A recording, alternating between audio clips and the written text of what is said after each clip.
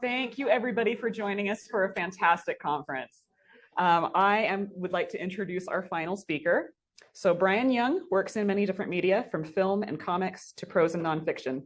He's been a regular contributor for the Huffington Post, StarWars.com, Star Wars Insider Magazine, SYFY/Film, and more. He's worked in the Star Wars, Robotech, and Doctor Who, Shadowrun, and BattleTech universes, among others. Bryan Young is our Writer of the Year, and so we are honored to hear from him. Taking it away, Bryan.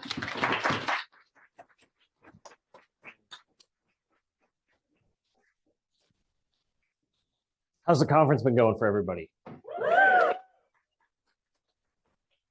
It's nice being surrounded by other writers because, quite frankly, writing's a lonely profession, right? It doesn't always have to be, but for the most part, it can be. You know, we sit hunched over our keyboards, our eyes focus on the monitor, we stare off into the middle distance. And the whole point of being a writer is really to get lost in our words. It doesn't matter if we're in our house or surrounded by people in a coffee shop. I can't tell you how many times I feel like I'm the only person in a coffee shop and sort of like blink and go, oh, this place is actually packed. I didn't even realize. But the actual act of writing is a very solitary process. So finding your community and finding that place where your creativity can flourish, it's not always an easy path. It's not always a short path either. But since you're all in this room, I'm going to imagine that you're closer to that destination that you wanted to be at than when you started. And I know for certain I am. I haven't always had a community to share my writing with, or to share my failures with, or my successes, or to ask advice to.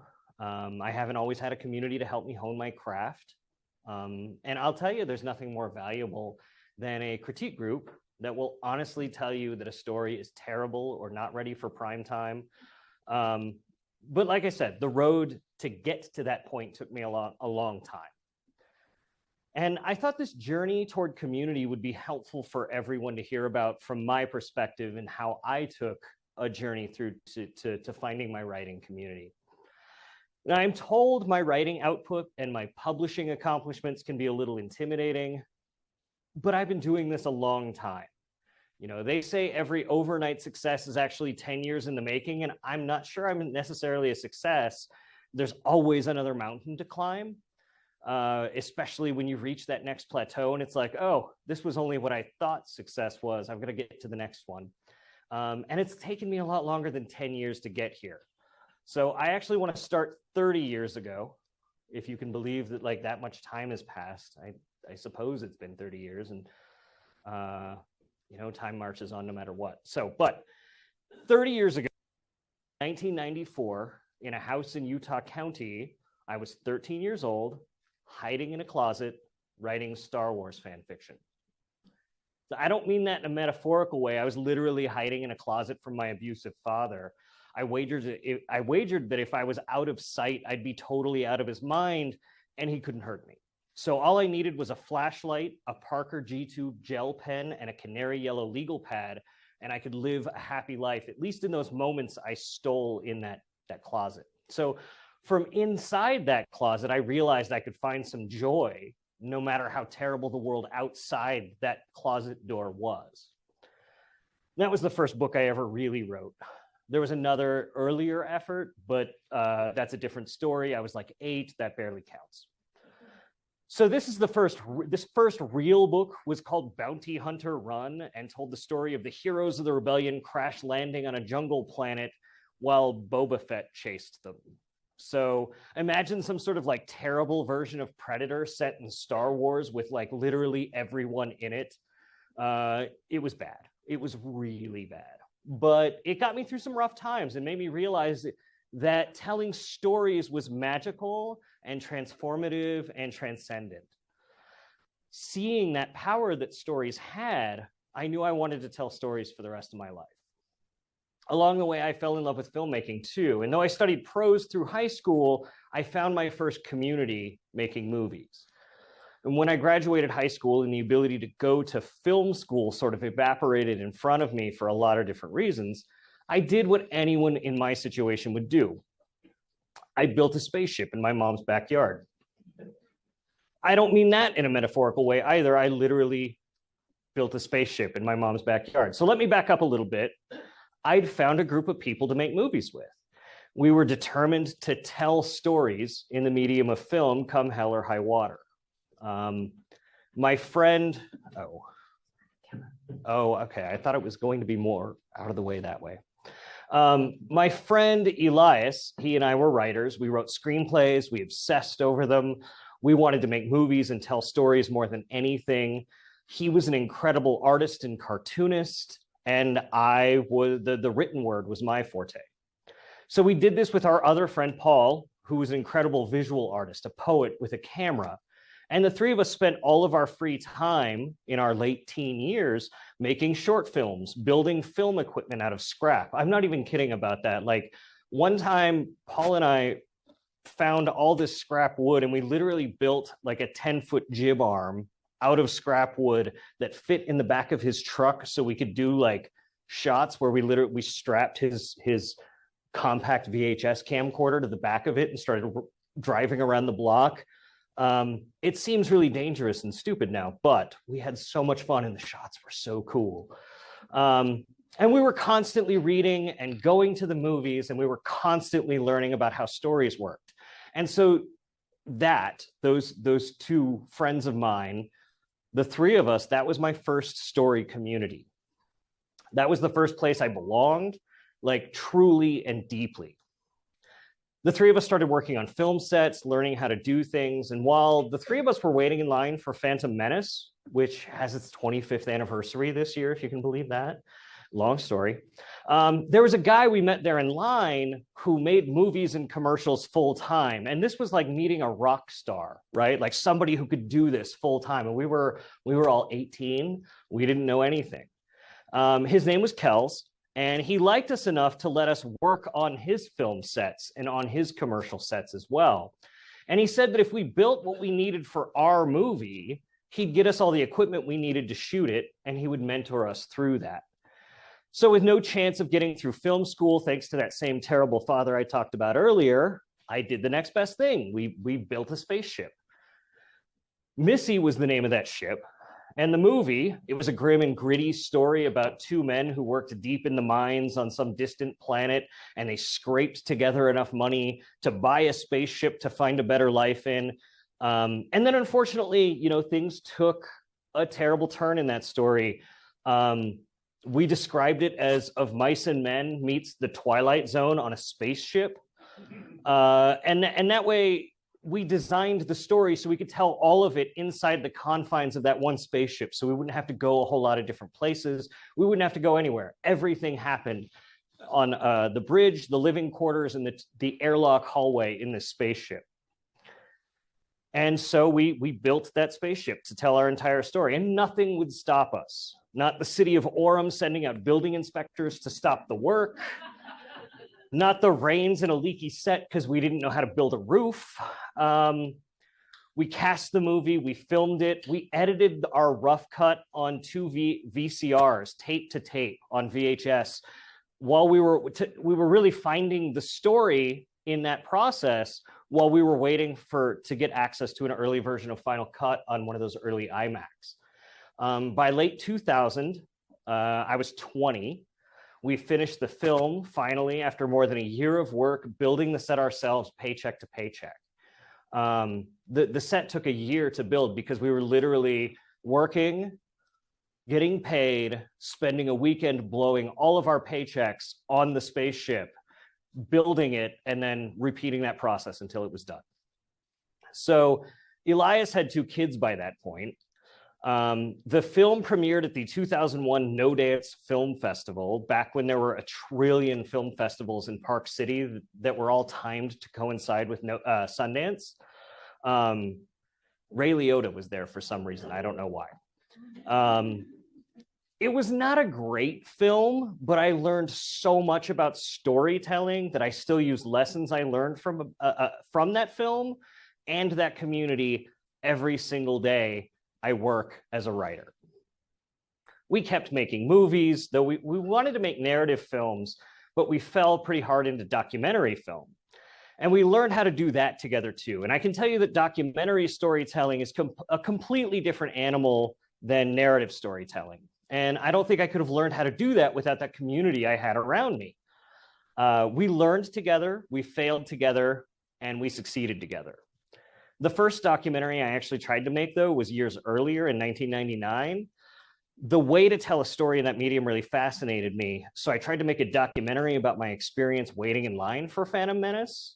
I acquired a high camera. I filmed everything I could and just started rolling.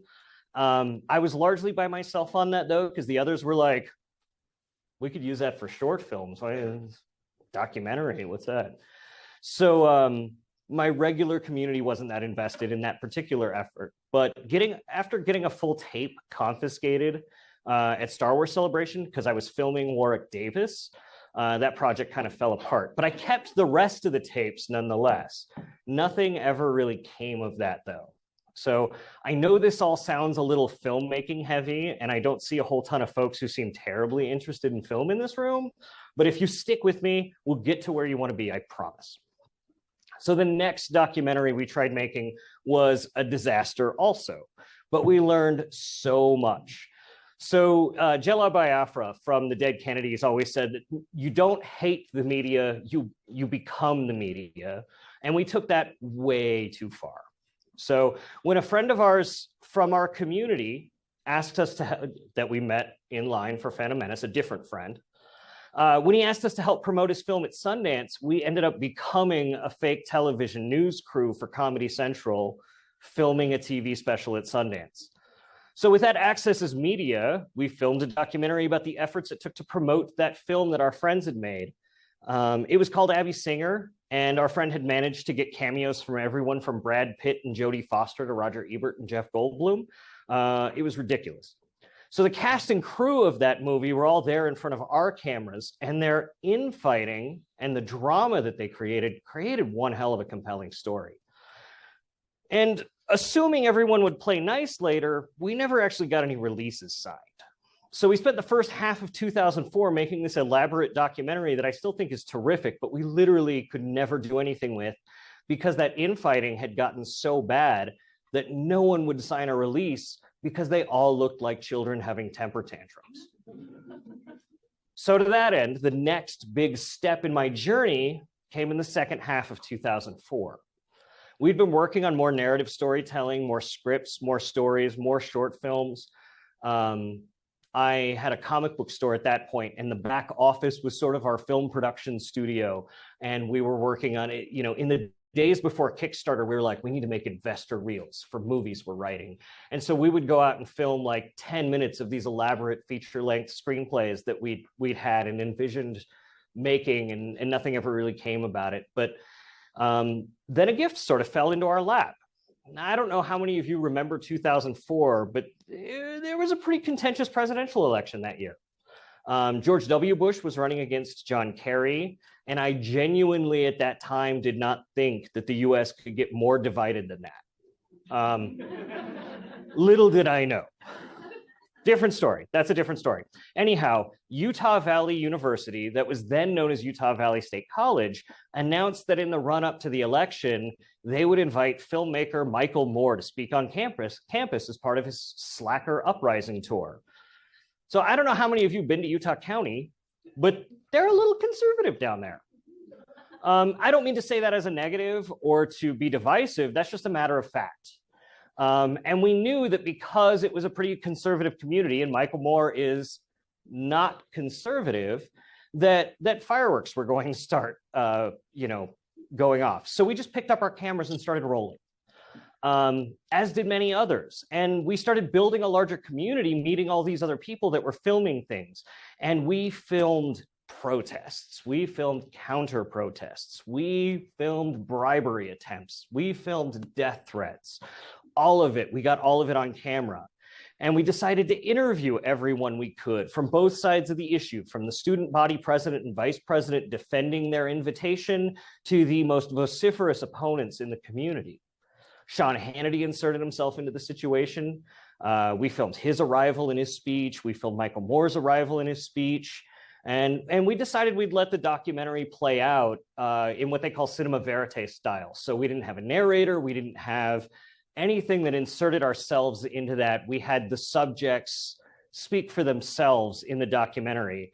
And so it was hailed in reviews across the country as one of the most well-balanced political documentaries, because we let everyone sound like an idiot for themselves. So, and more importantly, we got everyone to sign a release before we started filming. So we did a 30 college tour with the film, and I personally booked it into indie theaters across the country. And we ended up getting picked up for DVD distribution by the Disinformation Company in 2005. The New York Times called it filmmaking gold. One of the subjects of the documentary, the rich elitist who tried to bribe UVSC to disinvite Michael Moore and led much of that outrage machine, he tried to sue us to prevent the film from coming out. But guess what? He signed a release. Lesson learned. We learned to do these things. We learned to tell stories better with every bite of the apple. And at this point, I was working full-time on films. I was working full-time at a movie theater, and I had 2 kids by this point. So money was so tight, I had to close the comic book store I'd owned and had been running as another full-time job. And I even had to move back to my mother's house with my young family. It was there that we got the letter that our documentary had qualified for the Academy Awards. We didn't get a nomination, obviously, but just knowing that people looked at it and that we'd gone through the hoops and played in enough theaters and made enough box office to be even considered felt like a lot. And I want to highlight the dissonance of that moment. I felt like professionally, this was the pinnacle of my potential, everything I'd hoped for as an artist in film. The Academy of Motion Picture Arts and Sciences sent me a notice that our theatrical run qualified us for the potential of being nominated for an Academy Award. I got fan mail about the movie from people like J. Michael Straczynski and even Michael Moore himself. But I was that starving artist, forced to move back into my mom's house, feeding my kids on food stamps, despite both my wife and I both having full-time jobs, with storytelling being my second full-time job. Our system is not set up for our success as artists. And I need you to remember that. That's a big reason why we need to find our community and find that place where we belong. Because if the system isn't going to help support us, we need to help support each other. From 2005 to 2007, with the success of that previous film, I was able to spend my time working as a full-time filmmaker instead of working at the theater.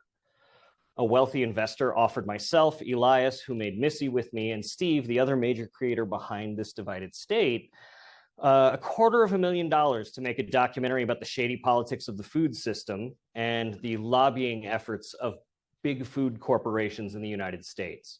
And this was everything, right? Well, $250,000 to produce a film across 2 years with 3 people working on it full time is actually not all that much money. So I was still very much just skating by, right? You know, we found out there was a song we wanted to use in the soundtrack, and we found out that the licensing rights to that were $25,000, a full 10% of our budget. So like $250,000 is actually not all that much money for a movie. So, but I was making a living making movies. And between that job, writing and producing that documentary, and working freelance jobs wherever I can find them, you'd think I wouldn't have time to tell stories of my own, but I never gave up on that. So I knew I needed to tell stories in prose. See, here's where we're bringing it back. That was a muscle I needed to exercise. And to that end, I committed to start writing a short story every month. From that time to this, I've kept to that. I've written a short story every month, hundreds of them, and it's taught me so much. The writer Neil Gaiman says that you learn by finishing things, and I cannot even tell you how right he is. Whether you learn by finishing a documentary and realizing that no one signed a release, or you finish a short story and examine its shortcomings to see how you could do better the next time, you're going to learn something.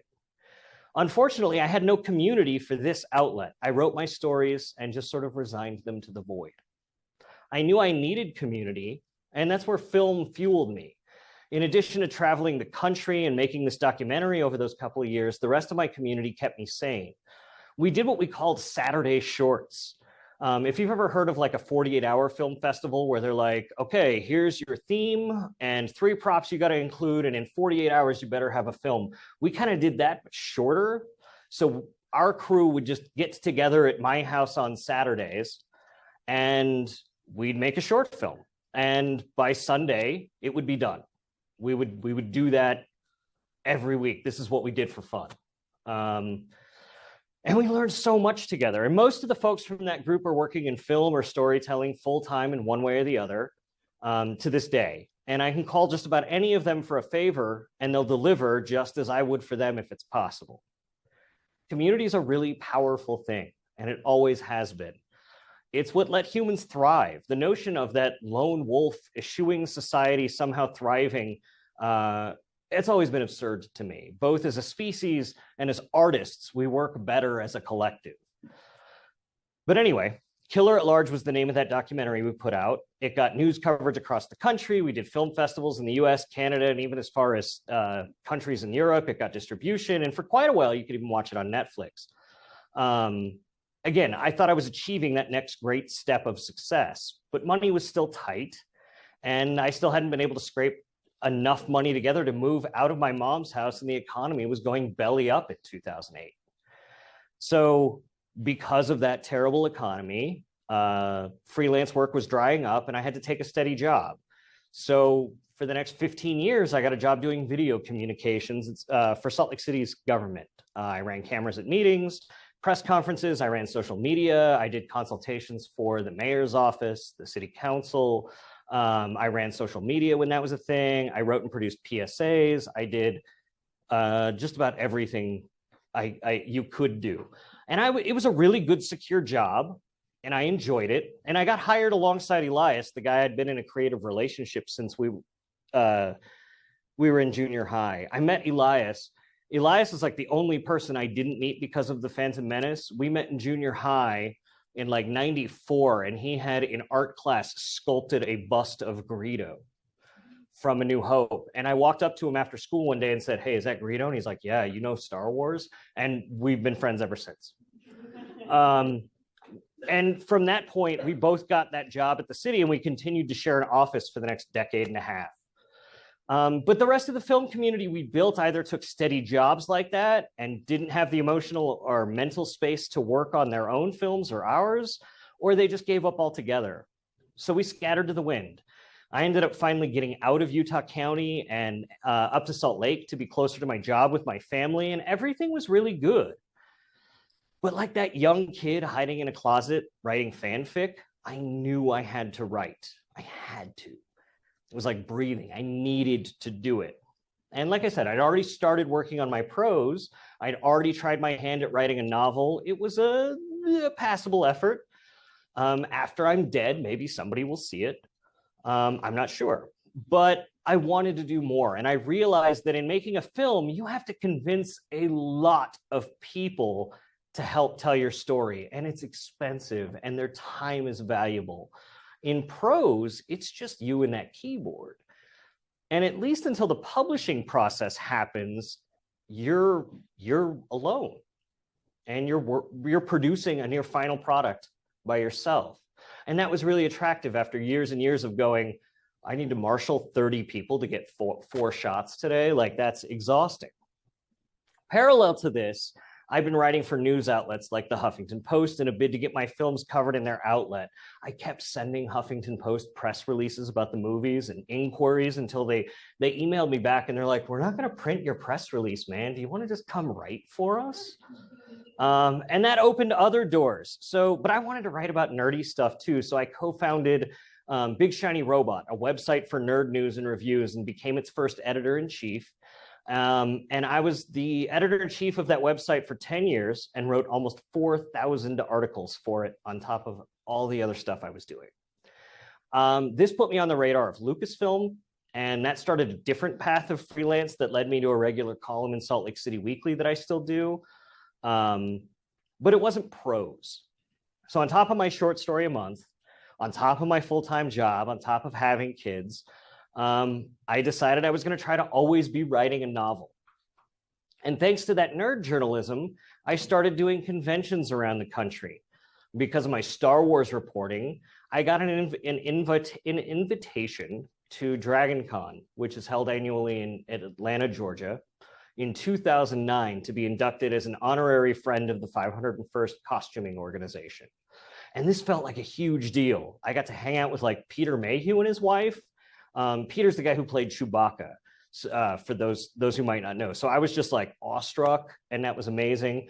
But more life-changing than meeting Chewbacca was, this is where I met for the first time Mike Stackpole and Aaron Alston. We had a mutual friend and she introduced us. Her name was Janine Spenlove, and she got to contribute a Star Wars story to the Star Wars canon as well. Curiously enough, Janine was a BYU student when The Phantom Menace came out, and guess where we met? In line for Phantom Menace. So if it wasn't apparent, Star Wars is pretty important, an important thread through my life. I can't quite explain it. So for those who don't know about Mike and Aaron, between them, they've written more than 20 books in the Star Wars universe. And they were the beginning of my first prose writing community, a community I didn't really know I needed. Like I sort of like had this vague notion that I needed a community, but I wasn't sure. I wasn't as positive as I wanted to be. And unfortunately, this community was small and spread across the country. Mike lives in Arizona. Aaron was in Texas at the time, and Janine was living in Washington, D.C. So when I finished my next novel and I was invited to a critique workshop weekend at Janine's behest, she told me Aaron Alston would be there, as well as a few other writers that I'd known and met at these other conventions from all over the country. So I saved my penny. I literally emptied my change jar to pay off my credit card for the plane ticket to get out to the East Coast. And every year I did this, getting my work critiqued and finding that community I needed to make my stories better. And that felt like the only place I could get it. And it was worth the cost of that plane ticket and the time I lost because I was going and getting that critique work done. Aaron Alston was an incredible writer and an incredible mentor. And I'd loved so many of his books in my formative years I didn't even realize. Like Aaron also wrote like the brunt of Advanced Dungeons and Dragons. He'd influenced me in storytelling ways I didn't even know.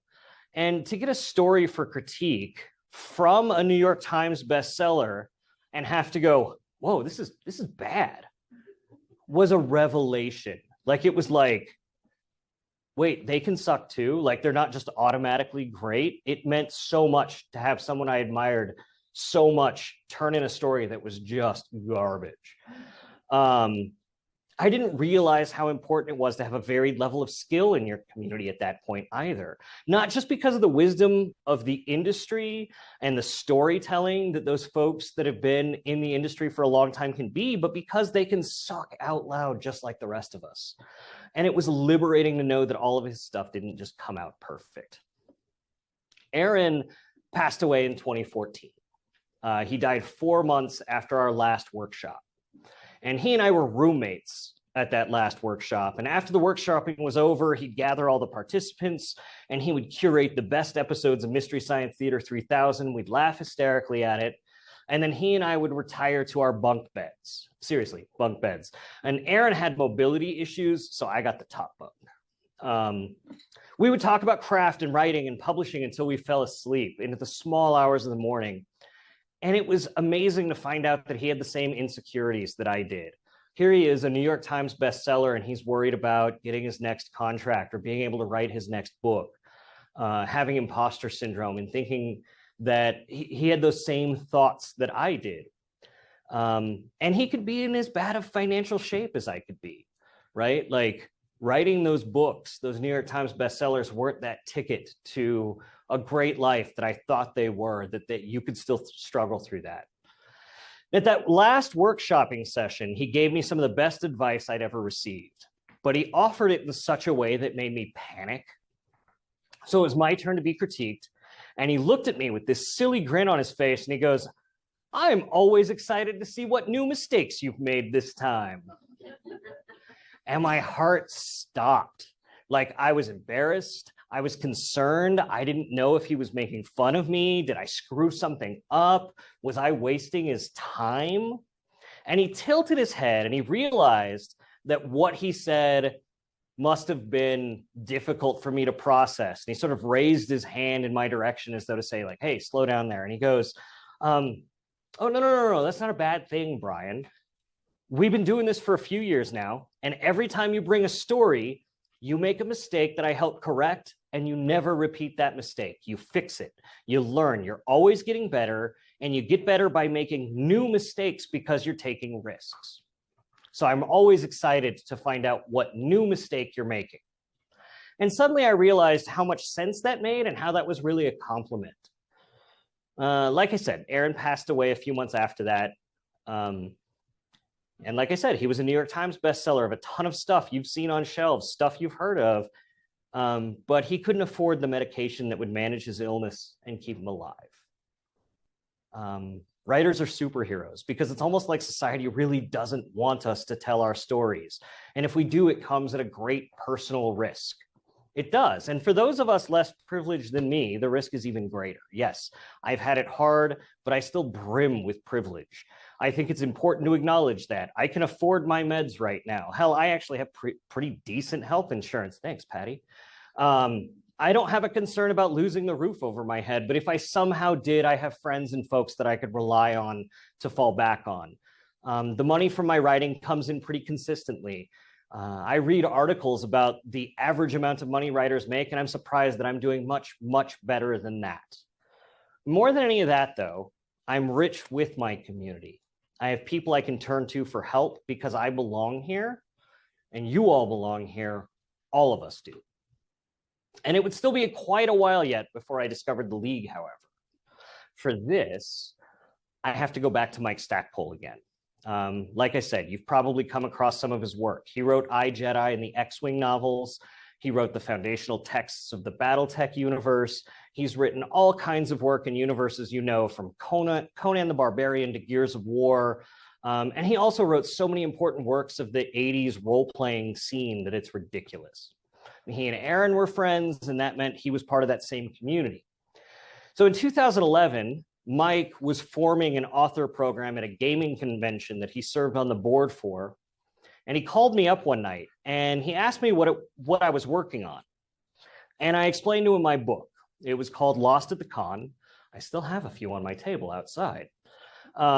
It was about a drunken political journalist assigned to cover a science fiction convention against his will. And I described it as fear and loathing at Dragon Con. And because Dragon Con is like, if you can imagine FanX, but like at Mardi Gras, that's what Dragon Con is. And he proceeded to explain to me exactly why I was not having any luck getting an agent or publisher to pick me up with the book. And he told me, like, it doesn't fit on a shelf anywhere. It doesn't matter that it will sell to the right people. They don't know how to sell it. And then he explained to me that I go to these conventions. I interact regularly with the audience that's going to buy that book. And he said, I'll tell you what, if you can get this book out and published on your own by June, I can get you on as a guest at this writing symposium that I'm putting together, and you'll sell plenty of copies and it'll be great. Also, I need you to come because I need other adults in the room. So when you're on the phone with an idol from your childhood and he's giving you an invitation to be a guest at a conference and a battle plan to publish your book and reasons why it's not your fault that big publishing is ignoring it, it's hard to not just nod and say yes. So what did I do? I nodded and said yes. And I got to the hard work of putting that book out. And I got it done, and it arrived just in time for me to head to Columbus, Ohio, where Origins Game Fair, which is probably the third or fourth biggest gaming convention in the country, is held. And Mike put me at a table, and he's like, this is your table. And on one side is Aaron Alston. It's like, cool, I know Aaron. Aaron's great. And over here is Timothy Zahn.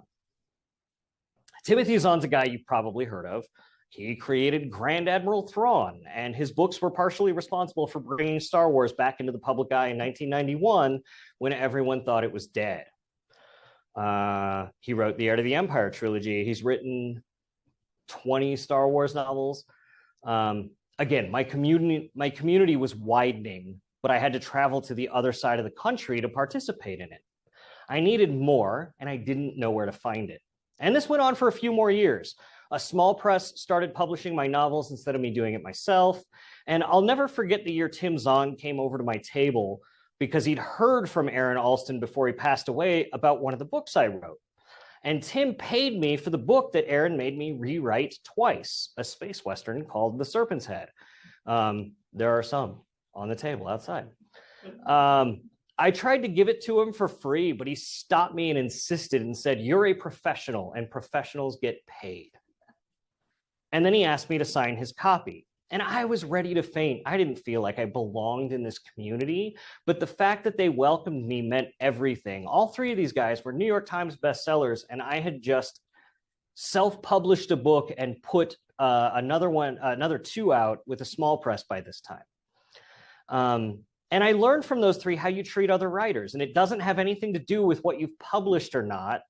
As long as you're not some sort of asshole and you're just as willing to help others as you are to learn, they're going to treat you like a colleague no matter what level you're at. And I'd met a lot of writers in that program in Ohio, and my community widened further, but they were still far away. So at one point I got a text message from one of them, a guy named Maxwell Alexander Drake. Some of you might know him. He was a guest at one of some of the conventions that the League had put on in years past. So he said he texted me and said he was going to be in Utah and remembered that I lived here and did I want to get breakfast one day. So I met Drake at breakfast, my treat since he was visiting my town. And I asked him what brought him through. "Oh, I'm teaching at the League of Utah Writers Conference. I was surprised you weren't there teaching." My mouth must have fallen open. My eyes most certainly narrowed. And I said, "The League of what now?" "The League of Utah Writers. Did you not know about them?" "Nope, not at all. Never heard of them."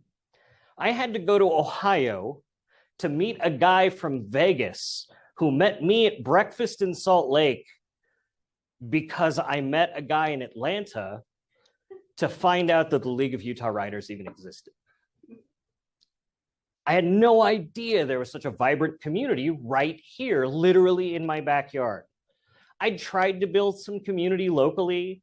I religiously stalked the message boards of our NaNoWriMo region, trying to connect with other writers, but I found that the writers doing Nano, their interest in writing novels literally ended on the last day of November.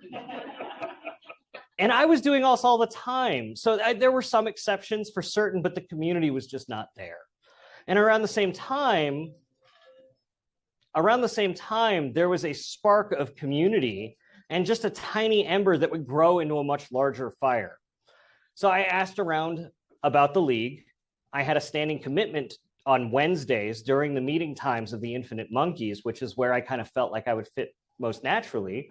But I just couldn't participate. But that's around the same time when I met Sky Simons. Is Sky in the room? Sky bailed? Okay.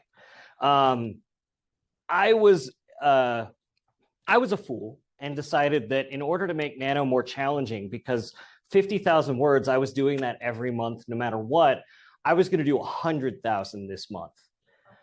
And I caught Sky in the Nano chat room going like, I'm trying to keep up with Bryan. I'm pacing up with that guy. He's crazy. He's putting 100,000 words in November.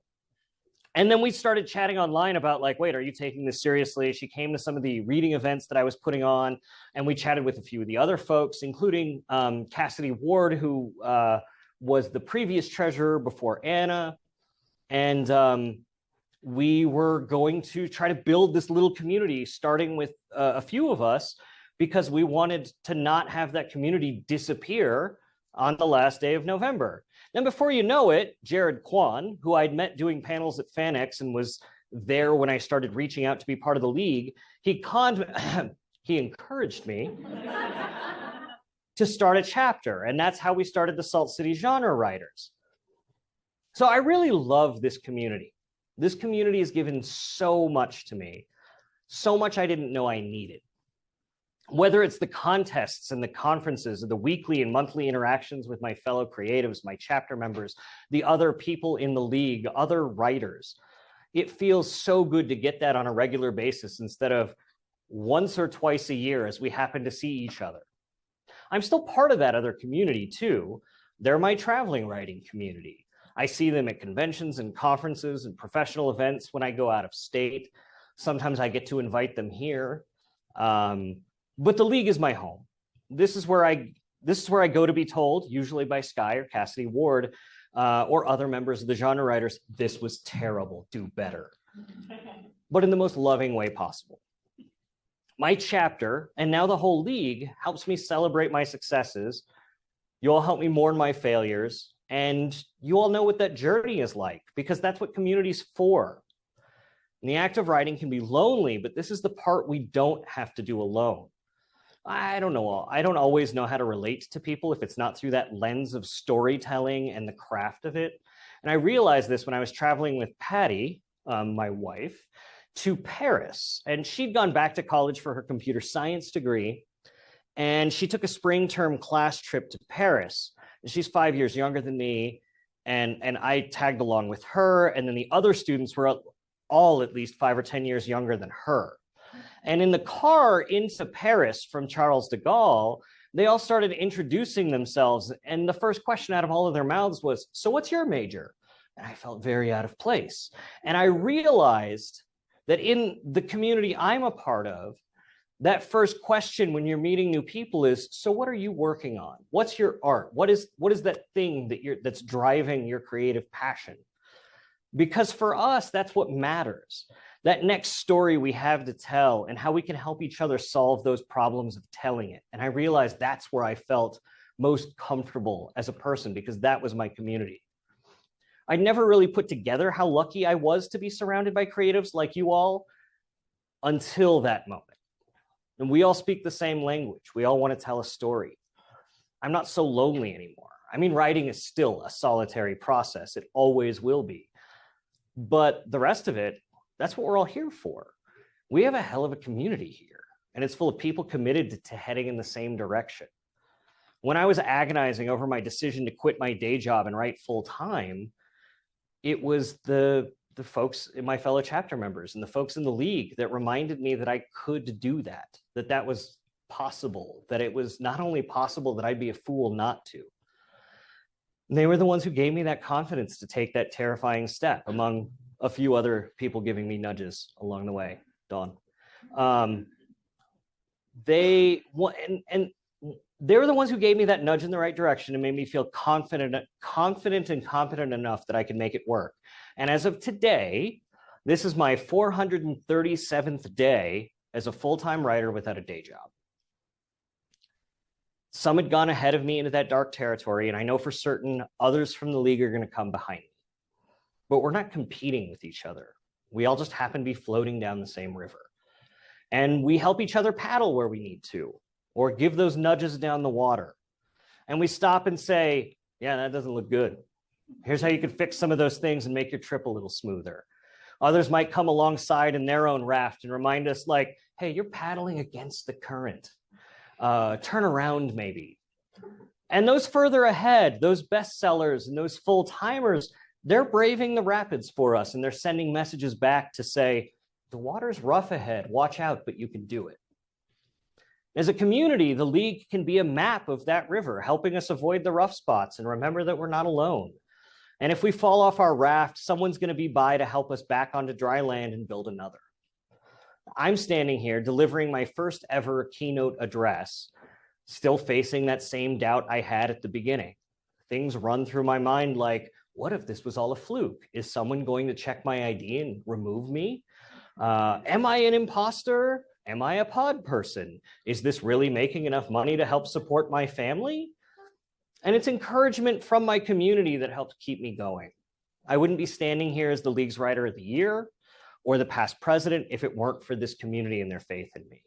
I don't think I'd be where I'm at today without so many of the people in this room. I've sold books thanks to the efforts of our community, and it's setting up Utah Authors Day. I've been able to teach writing at the University of Utah thanks to members of this community, pointing me in that direction. I've benefited enormously because I've been part of this community, and I try hard every day to find ways to give back. And that's all really due to the fact that I found a place where I belong. So this is going to be my challenge to all of you. Think about what your community does for you and your writing. Quantify that. Think about it. Meditate on that and appreciate it. And then ask yourself if you'd be in the same place without that community. Then ask yourself what you are doing to make that community stronger.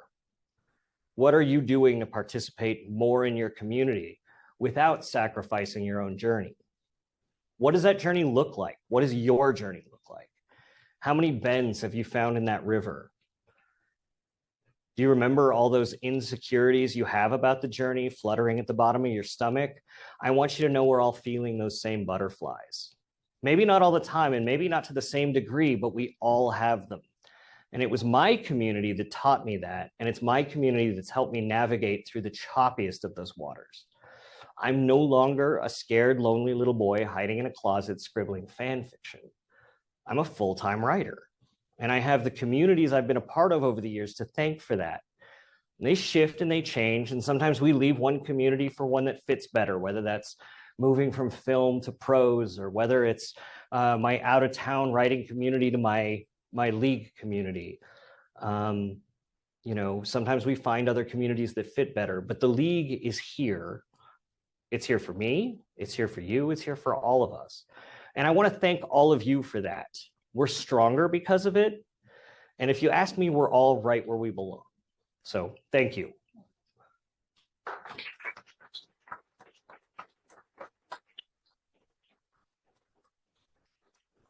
I think Christina has another announcement or two. Thank you so much, Bryan. So Writer of the Year is a title that we announce every year at our Quills conference in August, and our nominations are open right now. You must be a full member of the league to be considered, but if you go to our website, we have a form where you can nominate someone that you think would make a fantastic Writer of the Year next year when Bryan's term ends. For the first time this year, we are also doing an Editor of the Year award. So our editors are a valuable part of our community, and we want to honor them too. So both nominations are open right now. They'll be open until July 15th.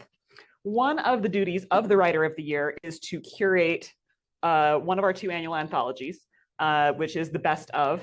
We do one of these every year. And so Bryan has been working very hard. We want to thank him for that on curating the pieces that will go into these.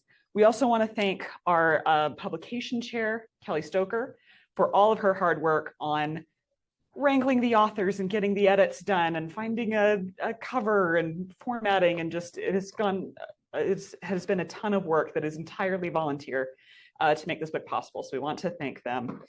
We are doing a launch for this book immediately after, out in the foyer. At that time, we are also going to draw raffle tickets. We have a bunch of prizes. So if you have been filling out a raffle ticket, or possibly several of them during the day, please meet us out there at our table, because that is where you find out if you won. Okay, so if you would like to get your work into a book like this, every piece that is in here was selected from the winners of one of our annual writing contests. Now, that's not to say that every person won an award is in here, but that's how you get into the group that then gets curated to this. So if you think you might like to have your work in here next year, you need to enter the Woolley Awards or the Typewriter Awards. We have those open until May 10th, I believe. Does that sound right? And then if you are looking through our anthologies, if you're buying and reading a copy, we have ebooks of these available as well online. You can see what it takes to be an award winner, so that you're not having that imposter syndrome, that you're going, I don't know if I should enter this piece. It's probably not good enough. You can see the kind of thing that gets in and that does win. Yeah, look at those suckers. Let's see. Okay, so all the announcement of the new Writer of the Year and Editor of the Year is going to happen at our Quills conference in August. We hope that you have had a fantastic time today. And if you want to kind of keep this vibe going, we're going to do this, but bigger for multiple days in August. Our early bird pricing is happening right now, and it closes very soon. I think April 30th, correct. Early bird pricing ends. So if you want to get your tickets in the most affordable possible way, you have 2 weeks. Get on that. We would like to thank all of our incredible volunteers for making this conference happen. Not just the ones that you have seen running tech and registration and doing tables and things today, but this conference has been in the works for months. We've had people that are, again, this is 100% volunteer, that people are giving us their time every, it's a weekend every month for planning. People are working on their own time on getting all the moving pieces lined up. And so we want to thank our incredible volunteer team for making this conference happen. So let's have a round of applause for our volunteers.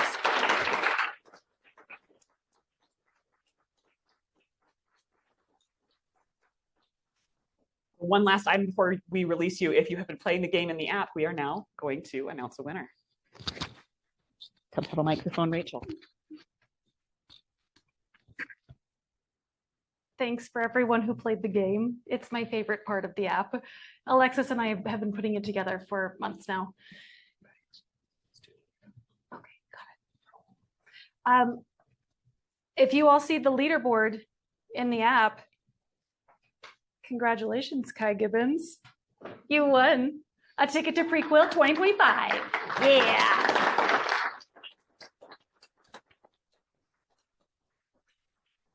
Good job. Competition was very tight at the end there. That was good.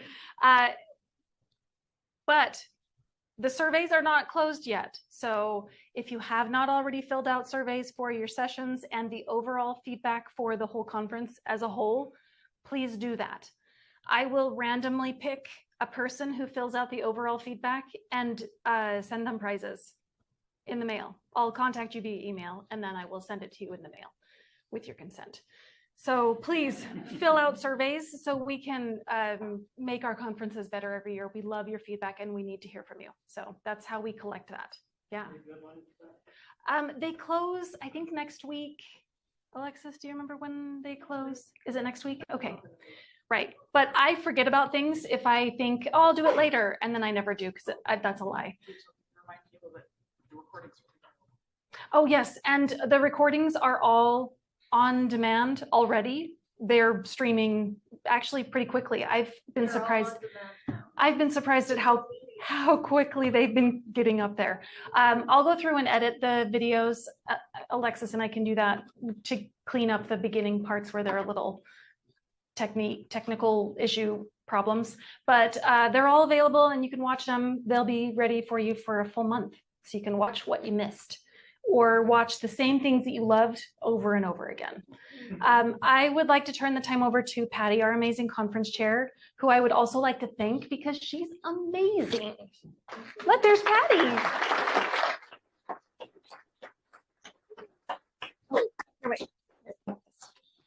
Yeah, It's the passing of the microphone. it's that thing, the fancy thing we got. Mm-hmm. It's gonna be fun. Okay, I just wanted to tell you guys a few things about quills real quick. In case we haven't, I didn't get to say these things earlier. Okay, so anyway, for Pre-Quill, we sold out for the first time ever at the Marriott. That was awesome. Yay. And for quills, I just wanted to remind you or tell you that virtual only tickets will be drastically cheaper this year because it's virtual only.